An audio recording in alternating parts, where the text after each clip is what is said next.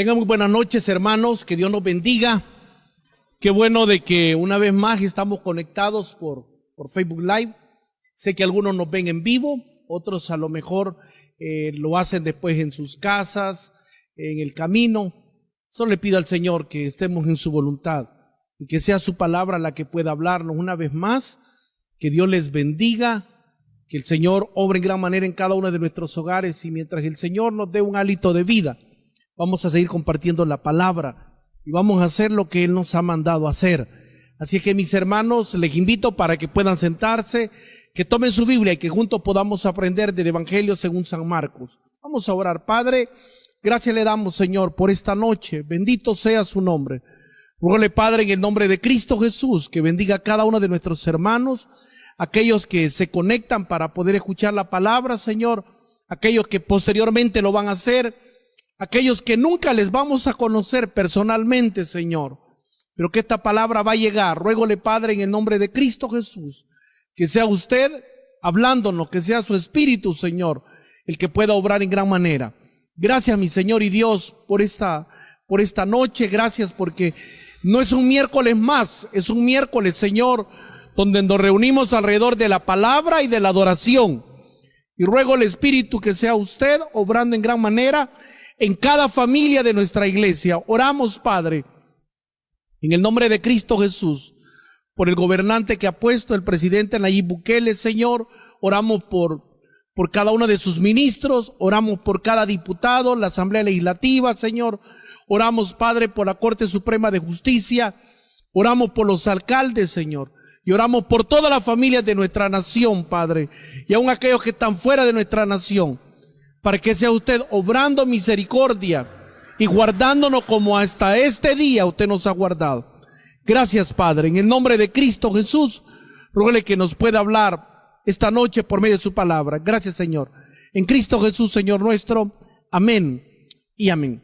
Vamos a buscar allá en nuestras Biblias, en el Evangelio según San Marcos, en el capítulo 1. Vamos a meditar ahora del versículo 2 al versículo 8. Dice la palabra del versículo 1, dice: principio del Evangelio de Jesucristo, Hijo de Dios, como está escrito en Isaías el profeta: y aquí yo envío mi mensajero delante de tu faz, el cual preparará tu camino delante de ti. Voz del que clama en el desierto: preparad el camino del Señor, enderezad sus sendas. Bautizaba Juan en el desierto y predicaba el bautismo de arrepentimiento para perdón de pecados. Y salían a él de todas las provincias de Judea y de todos los de Jerusalén, y eran bautizados por él en el río Jordán, confesando sus pecados. Y Juan estaba vestido de pelo de camello y tenía un cinto de cuero alrededor de sus lomos, y comía langostas y miel silvestre, y predicaba diciendo: viene tras mí el que es más poderoso que yo, a quien no soy digno de desatar encorvado la correa de su calzado. Yo a la verdad os bautizo con agua, pero él os bautizará con el Espíritu Santo. Que es el Espíritu hablándonos y enseñándonos a través de esta palabra. A diferencia, mis hermanos, de los evangelios, como lo es Mateo, Lucas y el Evangelio de Juan, Mateo y Lucas empiezan a hablar acerca del nacimiento de Jesús. Juan habla acerca del Verbo hecho carne, pero el Evangelio de Marcos empieza hablándonos acerca de, precisamente, de la anunciación, más que de la anunciación del nacimiento de Jesús. Nos habla, mis hermanos, del llamado del Mesías, del llamado, de la vocación de nuestro Señor Jesús. Vea, cuando nosotros hablamos del Evangelio según San Marcos, hermano, hablamos acerca también de la vocación de aquel que nos llamó a nosotros. Hay una vocación, hay un llamado que Dios ha puesto en nuestra vida. Y de esa vocación habla el Evangelio, del cual nosotros, hermano, vamos a estudiar no sé durante cuánto tiempo. Nuestro llamado, hermano, precisamente el Evangelio de Marcos, habla del llamado de Jesús, habla de la consolidación del llamado de Jesús. Oiga bien, nosotros debemos de estar seguros, aquel que nos llamó, nuestro Señor Jesús, conforme Jesús iba ejerciendo su llamado, desde que era un niño, desde que lo presentaron en el templo, y todo aquello que nosotros vemos, Hay una parte que la palabra no nos enseña de la niñez de nuestro Señor Jesús, la cual fue muy importante. Pero conforme Jesús iba ejerciendo su llamado, mis hermanos, se iba consolidando el llamado que el Padre o el propósito que el Padre tenía en Jesús. O sea, vea, nosotros debemos de saber, el que nos llamó a nosotros, nuestro Señor Jesús, conforme nosotros le vamos sirviendo a Él, conforme nosotros no renunciamos. Mire, en el camino vamos a encontrar una serie de obstáculos. De hecho, el que la iglesia esté cerrada, el que nosotros tengamos que transmitir solo a través de las redes sociales, el que no nos veamos, se le imagina qué tremendo lo que estamos pasando en este momento, como que si nos hayan atado. ¿Por qué razón? Porque nosotros somos seres sociales. Estamos acostumbrados a abrazarnos, dice el Salmo 133. Mirad cuán bueno y cuán delicioso habitar los hermanos juntos en armonía. Podemos tener muchas diferencias, pero la iglesia se torna también, hablando de la iglesia, las paredes, que nosotros sabemos que el templo somos nosotros, pero se convierte en el lugar donde nos reunimos los amigos, donde hablamos de proyectos, donde suceden tantas cosas. Entonces, para algunos, hermanos, el hablar acerca de su llamado o de ejercer el llamado de parte del Señor, como que si se ha truncado un poco o se ha detenido. Entonces, y nosotros estamos viendo que conforme Jesús iba ejerciendo su llamado, conforme Jesús iba haciendo la obra que el Padre le había encomendado, se iba consolidando el llamado, el propósito por el cual Jesús estaba aquí en la tierra. O sea, nosotros, hermanos, conforme vamos ejerciendo el llamado del Señor en nuestra vida y haciendo su voluntad, vamos nosotros también consolidando nuestro llamado. O sea, se va fortaleciendo cada vez nuestro llamado. Significa que si nosotros dejamos de hacer la labor que el Señor nos ha mandado que hagamos, entonces frustramos dejamos de consolidar lo que un día nosotros iniciamos. Y si usted se da cuenta, nuestro Señor Jesús consolidó, hermano, su llamado. O sea, cada cosa que pasó en la vida de nuestro Señor Jesucristo, cada situación que pasó en su vida, por eso empezamos viendo nosotros los adversarios de Jesús. Y empezamos después viendo la autoridad que tenía Jesús. Y que por mucha autoridad que Jesús tenía, no abusó de esa autoridad para poderse deshacer de todos sus adversarios. Con todo y esas adversidades, Jesús siguió adelante con su llamado. Y cada vez que Jesús ejercía su llamado, se iba consolidando. Entonces, qué importante es que nosotros entendamos, hermano. El Señor me llamó, Dios nos ha llamado. Y nosotros, hermanos, lejos que nosotros podamos detenernos, lejos que nosotros podamos retroceder, tenemos que consolidar el llamado que Dios ha puesto en nuestra vida. Dice la palabra del Señor, fíjese, ya que hay un propósito por el cual Dios nos ha llamado, mis hermanos. ¿Cómo se desarrolló el llamado de nuestro Señor Jesús?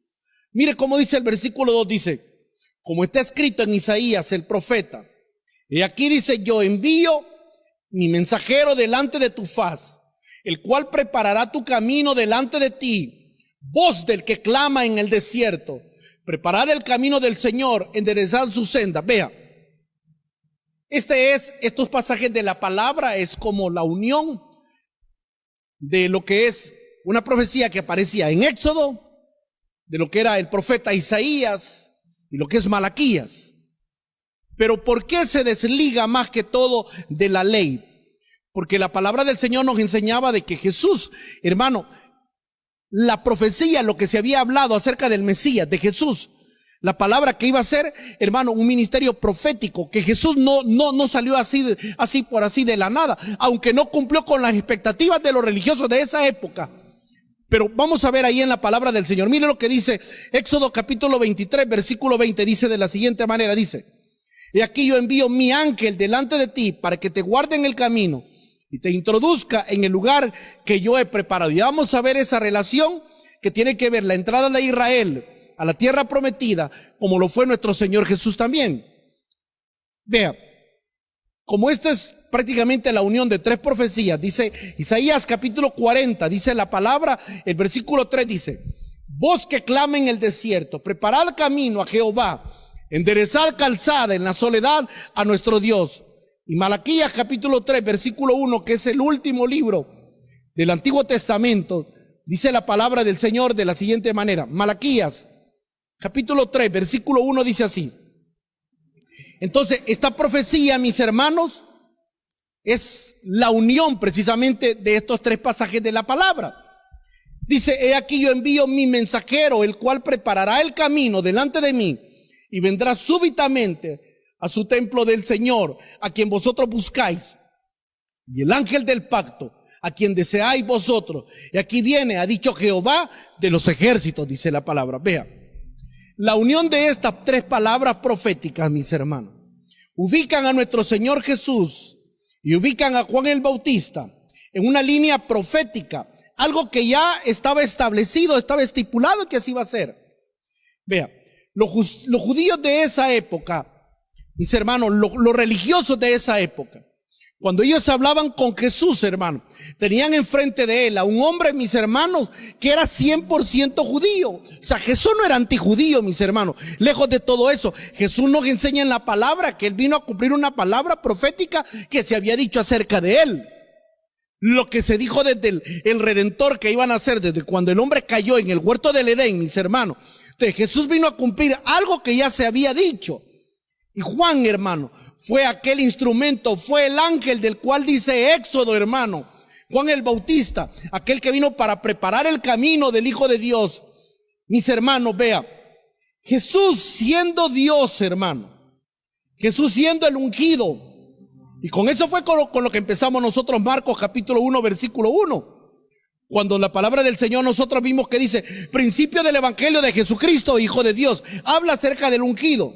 Vea, aún siendo Jesús, el Hijo de Dios, siendo el ungido, hermano, siendo el verbo hecho carne, había un orden que había que seguir.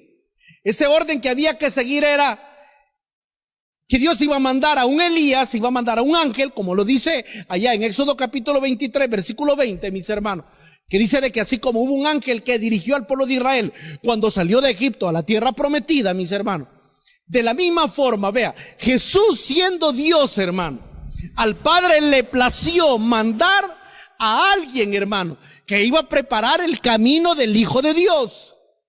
Nosotros debemos de saber algo, nosotros debemos de estar seguros de algo. Nosotros llegamos al evangelio, ahora estamos ejerciendo un llamado, hermano. Mire, todos los que ejercemos en el lugar donde sea, en el lugar de liderazgo que Dios nos haya puesto, en el lugar de servicio donde nosotros estemos, sea cual sea, aunque a nosotros nos parezca insignificante o nos parezca que otro es más importante que otro, pero alguien preparó el camino para que nosotros ejerciéramos ese llamado. O sea, yo no soy pastor aquí, hermano, solo por ser pastor, mis hermanos. O sea, alguien vino, alguien Dios ocupó, hermano, para que fuera el instrumento para poder preparar el camino del llamado que nosotros teníamos establecido. O sea, Jesús venía a cumplir un llamado divino, un llamado de parte del Padre. Y aún siendo el ungido de Jehová, aún siendo el ungido de Dios, hermano, el Señor ocupa a un hombre común y corriente, mis hermanos. Ocupa a un Juan el Bautista, porque bautizaba, se decía Juan el Bautista, hermano, para que preparara el camino del Señor. Terminó la labor de Juan el Bautista y entra en escena nuestro Señor Jesús. Ahora, Jesús no está, mis hermanos. Y ahora Jesús nos ha dejado muchos precursores, que son aquellos que antes que nosotros, donde usted está, aunque usted haya inaugurado el ministerio que usted tiene, mis hermanos, llámele ministerio de jóvenes holocausto, llámele ministerio de escuela bíblica, llámele ministerio de matrimonio, llámele ministerio de mujeres. A alguien Dios ocupó que fuera el que empezara a abrir la brecha para que nosotros llegáramos. A alguien Dios ocupó, no fue algo de que nosotros no lo inventamos, hermano. Hay un orden que el Señor hizo. Jesús mismo tenía que cumplir esta palabra profética, que iba a haber un hombre, mis hermanos, cuando Dios mismo, cuando nos dice el Evangelio según San Marcos, y nos habla de estas tres citas, hermano, Dios dice, yo te he preparado a alguien que venga a preparar tu camino, valga la redundancia. O sea, no somos nosotros, mire, nosotros nos tomamos atribuciones algunas veces. La iglesia que Dios me ha permitido pastorear, hermano, pues me siento contento que es una iglesia que empezó con niños. Pero hubo un precursor, hermano, hubo alguien. Y de ese precursor hubo otro. Siempre hay alguien, hermano. O sea, aunque el camino parezca virgen por donde nosotros vamos a pasar, a alguien Dios ocupó para que fuera el precursor, que fuera el que nos catapultara para el llamado que nosotros llevamos. Jesús mismo lo pasó en carne propia, mis hermanos. O sea, Él no necesitaba que nadie le preparara el camino. Él era el ungido de Jehová, Él era ungido de Dios. Pero al Padre le plació y dice, voy a levantar a alguien que va a preparar el camino de mi ungido. Y al Señor le plació el poder ocupar y el poder levantar a un jovencito como Juan.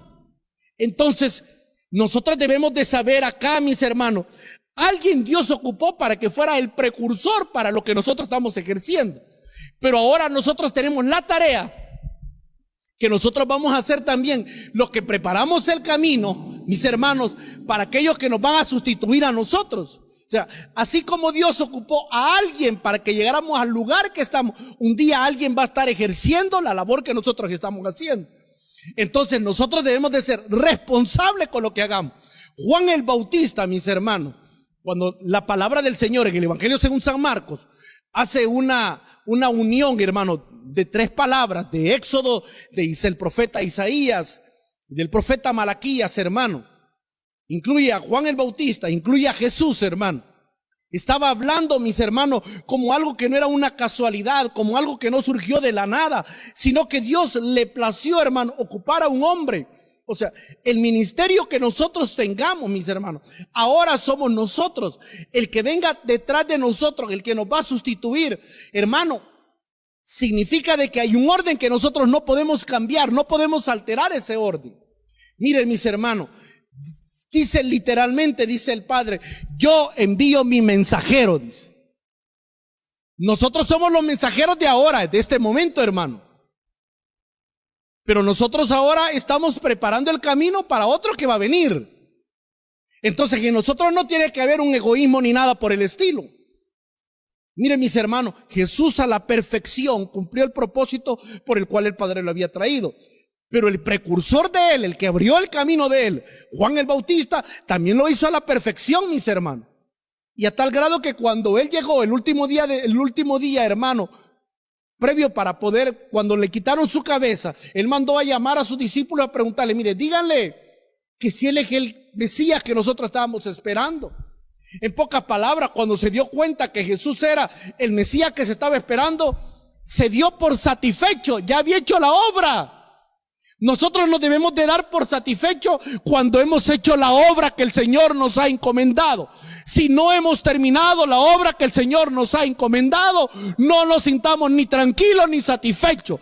Todavía hay largo camino que recorrer. Y no son los años, mis hermanos.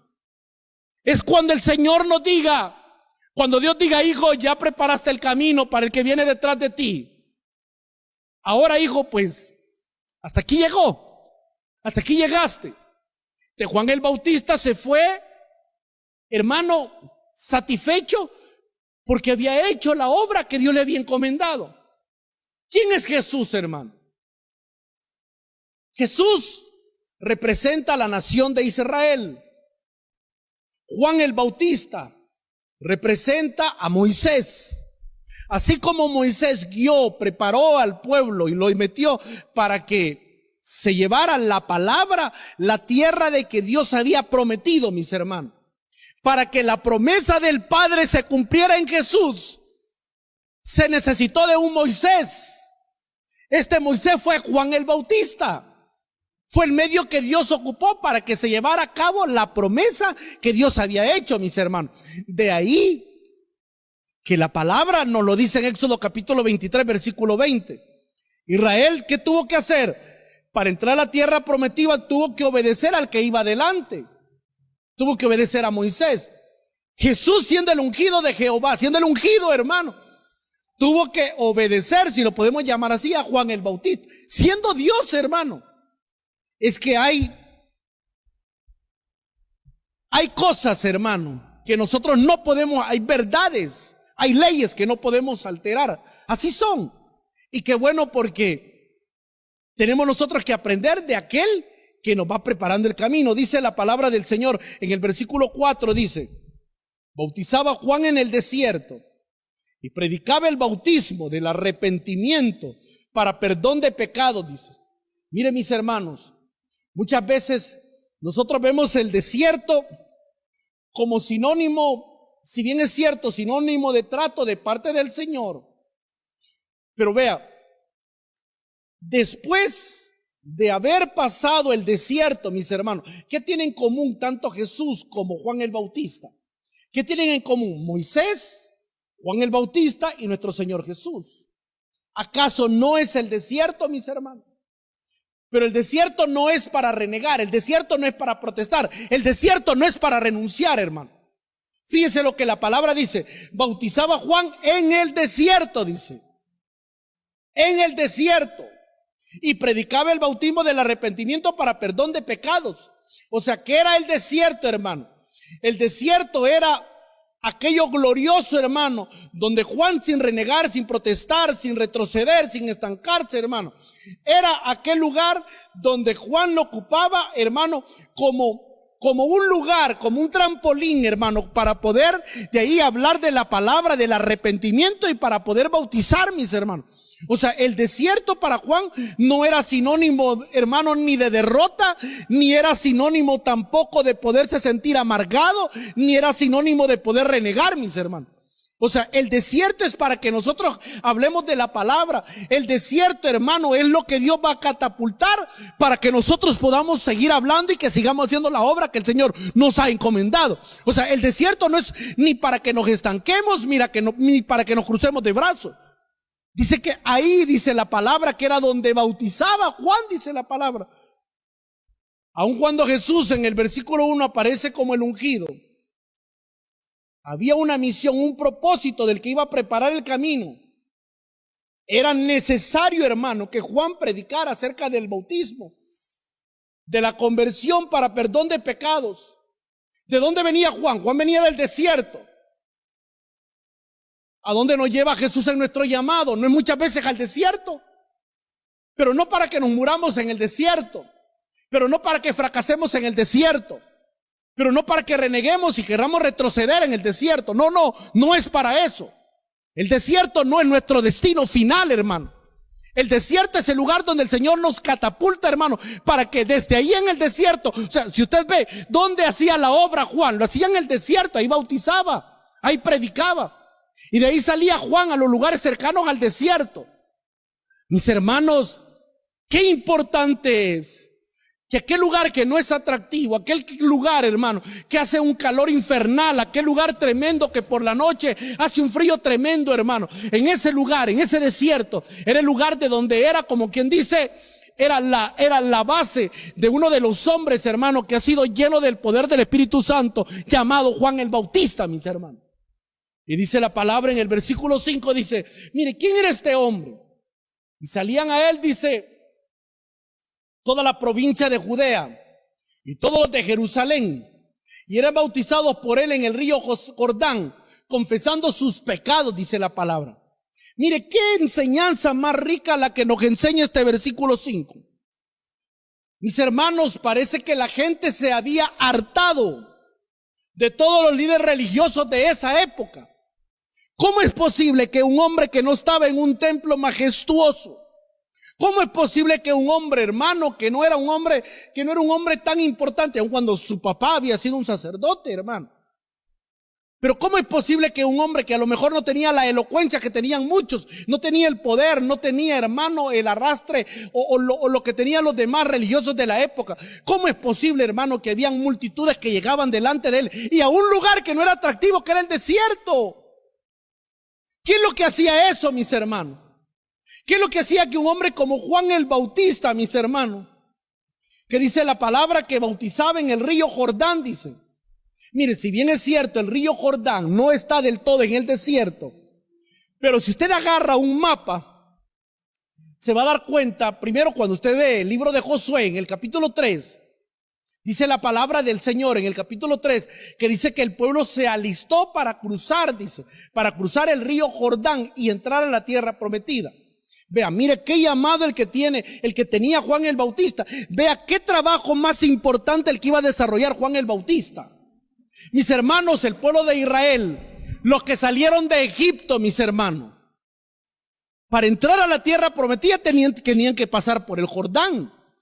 Pues hermano, el ministerio de Juan el Bautista fue un ministerio tan profético y tan lleno de la voluntad del Señor, que aquellos que iban a conocer a Jesús, hermano, era necesario que se bautizaran, que pasaran el río Jordán. O sea, nosotros no podemos llegar a la tierra prometida si no hemos pasado el río Jordán, hermano. El río Jordán, ¿qué significaba acá? Significaba el bautismo. ¿Un bautismo de qué? Significaba arrepentimiento, perdón de pecados, mis hermanos.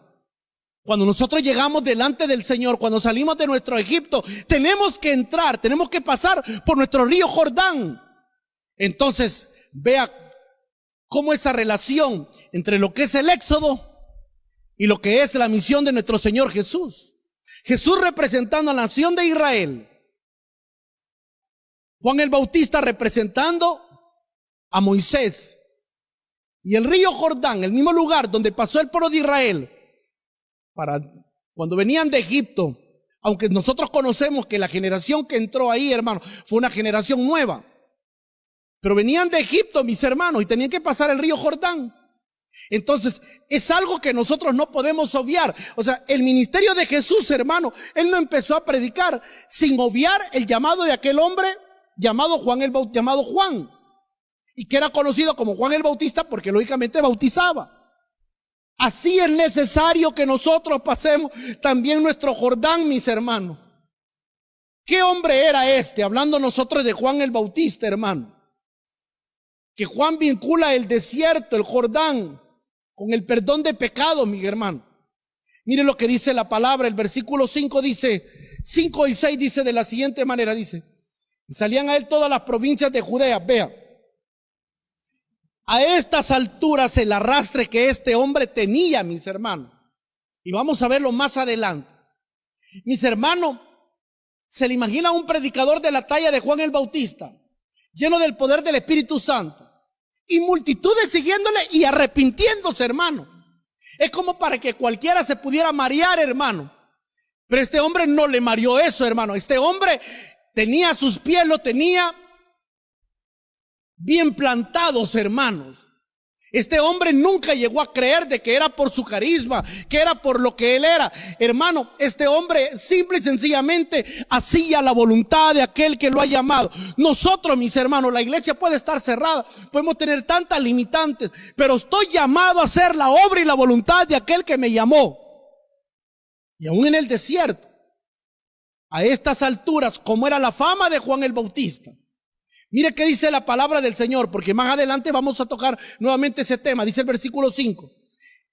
Versículo 6 dice, y Juan estaba vestido de pelo de camello y tenía un cinto de cuero alrededor de sus lomos y comía langostas y miel silvestre. ¿Qué significaba esto? Vea, Juan llegó a botar todos los estándares religiosos que habían de su época. No se vestía con la esplendidez que se vestían los sacerdotes de esa época, los religiosos de esa época. Mis hermanos, el saco, la marca, la corbata, todo eso no hace ningún predicador. Es el llamado y es la llenura de parte del Espíritu. Que porque nosotros hablamos de hacer las cosas con excelencia, pero no es esto lo que predica. Es la unción, es la misericordia, es la gracia del Señor.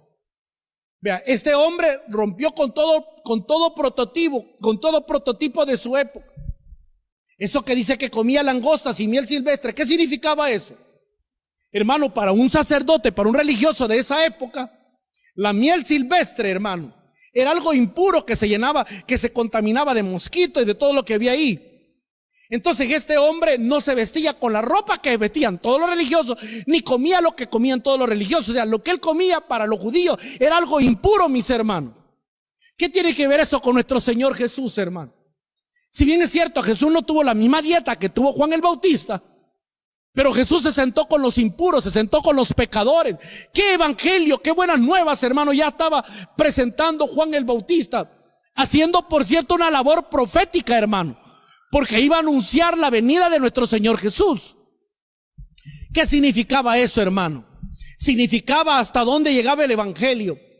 Porque los religiosos, ¿hasta dónde llegaban, hermano? Los religiosos tenían hasta cierta élite donde eran los privilegiados. Entonces Juan, la forma como se vestía Juan, lo que comía Juan, a quienes Juan se dirigía, eran los necesitados. Era aquellos que necesitaban de la gracia y de la misericordia del Señor. Aquellos que habían sido marginados, hermano. Y viene nuestro Señor Jesús y hace exactamente lo mismo. Porque Jesús se sentó a comer con los marginados, se sentó a comer con las prostitutas, se sentó a comer con los más pecadores. Entonces Juan, desde que empezó a preparar, vea, lo que le voy a decir no lo tome a mal. Era como el maestro Juan enseñándole a su alumno. Se recuerda cuando Jesús llegó a bautizarse y le dice a Juan, es necesario que así sea. Juan dice, si yo no soy digno, pero ni de agacharme y desatarte la correa de tus sandalias. ¿Y qué le dice Jesús? Es necesario que así sea. O sea, yo soy el primero, dice Jesús, en dar el ejemplo de obediencia, dice. Mire qué importante en el llamado de parte del Señor. O sea, nosotros, hermanos, cuando vamos a hablar de un ministerio, cuando vamos a hablar que vamos a ejercer el pastorado, cuando vamos a hablar que vamos a hacer la voluntad del Señor, hermano, nosotros no podemos pasar por encima de aquel hombre, aquella mujer que Dios ocupó para nuestro llamado, que nos preparó el camino. Si Jesús no lo hizo tampoco. Entonces, cuando Juan el Bautista no se vestía de ropas espléndidas, hermano, que no tenía a lo mejor ningún atractivo. ¿Qué atractivo tenía Juan? Causaba polémica, hermano. Él comía cosas que para un sacerdote judío era impuro. ¿Quién se iba a atrever a comer miel silvestre, que habían llegado los mosquitos, que habían llegado un montón de insectos? No, eso no era digno. Pues, hermano, ¿quién se iba a dignar en sentarse a comer con los pecadores y mostrarle el amor de Dios a los pecadores? Lo hizo Jesús, hermano.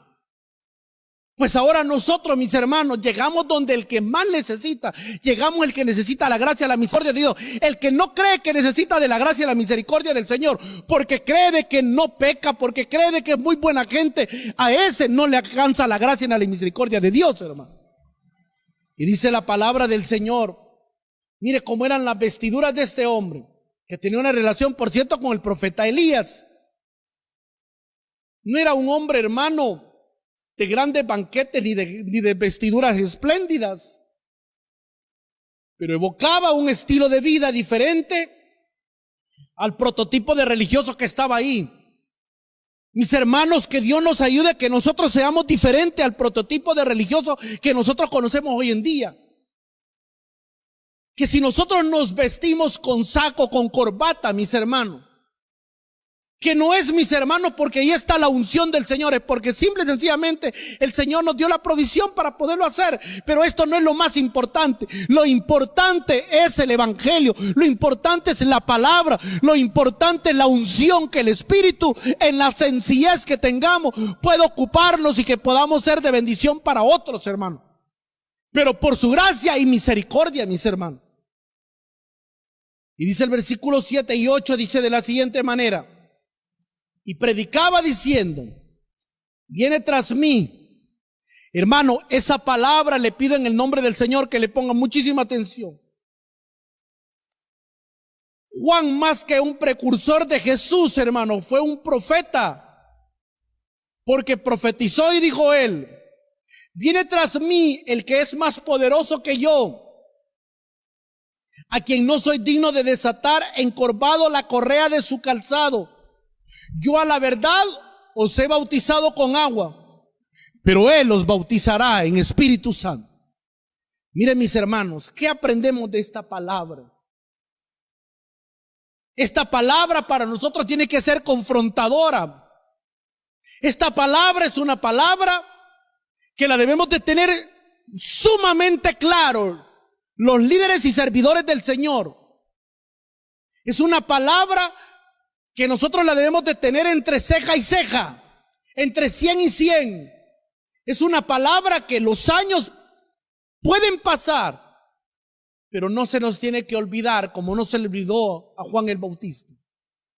Mis hermanos, ¿qué leíamos nosotros en el versículo 5? Siempre de Marcos capítulo 1, ¿qué leíamos? Y salían a él de todas las provincias de Judea y de todos los de Jerusalén, dice, y eran bautizados por él, dice la palabra, en el río Jordán, confesando sus pecados. Miren, mis hermanos, muchas multitudes podían seguir a Juan. Mucho arrastre podía tener Juan, hermano. Se le imagina un hombre que no tenía una plataforma como la que nosotros podamos tener. Un hombre, hermano, que no habían redes sociales. Un hombre, mis hermanos, que no tenía un equipo de sonido. Un hombre, mis hermanos, que a estas alturas, fíjense lo que la palabra del Señor nos enseña, que le seguían muchas multitudes. Era como para que cualquiera se sintiera vanidoso.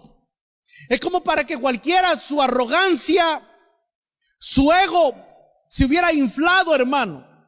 Pero muchas multitudes podían seguir a Juan el Bautista. Mucho arrastre podía tener este hombre. Mucha autoridad podía tener a la hora de compartir la palabra, mis hermanos. Mucha gente podía arrepentirse, hermano, y llegar y reconocer al Dios vivo y verdadero. Muchas de esas cosas pudieron haber sucedido en su vida, pero jamás se le olvidó: yo solo soy un precursor, pero el más grande, el más fuerte es el que viene detrás de mí.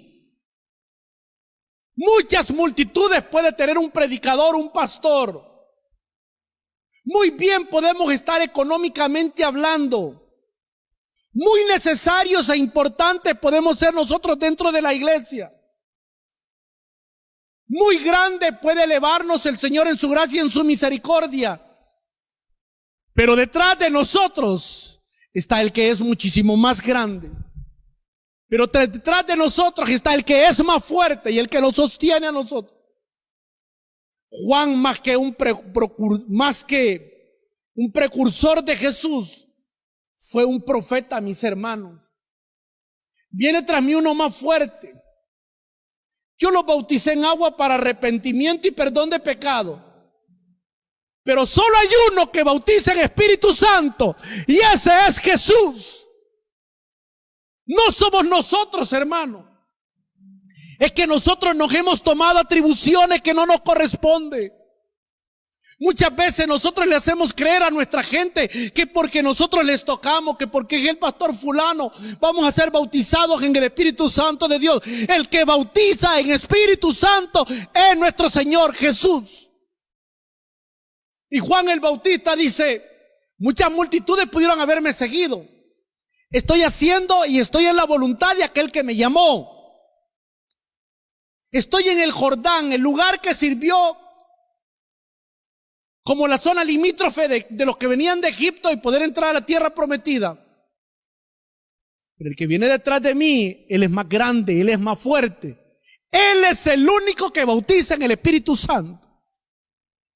No soy yo. Y hermano, se da cuenta cómo nosotros lamentablemente nos tomamos atribuciones que no son nuestras. Volvamos a leerlo para terminar y dice: predicaba diciendo, viene tras mí el que es más poderoso, el que es más grande, el que es más fuerte, a quien yo no soy digno de desatar encorvado la correa de su calzado. Yo a la verdad os he bautizado con agua, pero él los bautizará con Espíritu Santo. Él los bautizará con Espíritu Santo. Mis hermanos, Dios nos puede prosperar, nos puede bendecir, nos puede levantar en medio de la pandemia, en medio de la tormenta. El Señor puede sacarnos adelante. Y aun cuando muchos lugares, hermanos, pueden quebrar, de hecho ya hay empresas que ya quebraron, hay empresas que ya no se van a levantar. Hay lugares que ya no van a retornar por la situación económica y por todo lo que ha sucedido. Pero la iglesia del Señor, la que ha creído en nuestro Señor Jesús, la que le cree y sabe que Jesús es el único que bautiza, esa va a seguir permaneciendo hasta que Él venga. Entonces, hermano, vea lo que Juan está diciendo. Yo les bauticé a ustedes, pero yo no soy el más grande, yo no soy el más fuerte. Yo lo bauticé en agua, Pero el que los va a bautizar en espíritu es Jesús. Es Jesús. Está bien que admiremos, hermano, un evangelista, un predicador, pero él no es el que bautiza en Espíritu Santo, mis hermanos. El único que lo puede hacer es nuestro Señor Jesús. Es algo propio, es algo único. Él es el único, no hay nadie más. Entonces, mis hermanos, ¿quiénes somos nosotros? Nosotros somos ese Juan el Bautista que anunciamos, aquel que bautiza en espíritu y que es nuestro Señor Jesús, que por su gracia y su misericordia nos ha permitido que nosotros seamos precursores, hermano, y que el día de mañana va a haber alguien que nos va a sustituir, pero jamás vamos a llegar a ocupar el lugar de aquel que es el único que bautiza en Espíritu Santo. Y el único que bautiza en Espíritu Santo es nuestro Señor Jesús. Muy próspero, muy bendecido podemos ser. Muchas cosas pudo el Señor habernos regalado. Muy importante pudo haber sido Juan el Bautista, pero no se tomó atribuciones que no le correspondían. Entonces, hermano, ¿quién es usted? ¿Quién soy yo? Somos precursores. Somos precursores nada más. Somos los que vamos preparando el camino del Señor. Eso es todo. Pero el que viene detrás de nosotros, ese es el fuerte. Ese es el más importante. Ese es el único que tiene la facultad de bautizar en Espíritu Santo. Vamos a orar esta noche. Quiero recordarle que el que lo estaba diciendo, dice Lucas 1:15. Cuando se anunció el nacimiento de Jesús a su padre, a Zacarías, le dice el Señor, este será grande porque será lleno del Espíritu Santo. Hermano, pudo haber sido lleno del Espíritu Juan, pero él no tenía la facultad de bautizar con el Espíritu Santo a nadie. Pero Jesús sí lo puede hacer. Y a él le place el llenarnos de su Espíritu y seamos bautizados en su Espíritu. Si un hombre lleno del Espíritu como Juan el Bautista lo pudo haber dicho, hermano, ¿cómo es que alguien que a lo mejor no ha sido puede tomarse atribuciones que no son? Es a Jesús a quien nosotros predicamos. Es a Jesús, hermano, de quien nosotros hablamos. Y fue Juan del que habló en todo su ministerio. Vamos a orar. Padre, gracias le doy, Señor, por esta noche. Oro, Padre, en el nombre de Cristo Jesús, que bendiga a cada uno de nuestros hermanos. Papito, oro por aquellos que nos ven aún fuera de nuestro país, aquellos que nos verán. Señor, que esta palabra pueda ser de bendición para más de alguno. Y que esta palabra nos confronte a que le demos la honra, la gloria, la alabanza solo a usted. Y que sepamos a la perfección que nosotros lo único que somos, nada más somos precursores. Pero el que bautiza con Espíritu Santo y fuego es usted, Señor Jesús. Al que le pedimos que nos llene de su Espíritu es a usted. Y le doy las gracias, Jesús, por haber hecho la tarea, por haber hecho la labor y el llamado de una forma con excelencia. Porque gracias a ese llamado, Señor, es que nosotros alcanzamos salvación. Gracias, Jesús. Oro esta noche, bendito Señor, por aquellos que no le han abierto la puerta de su corazón, para que puedan abrirle la puerta de su corazón y hacerla a usted, Jesús, el Señor de sus vidas.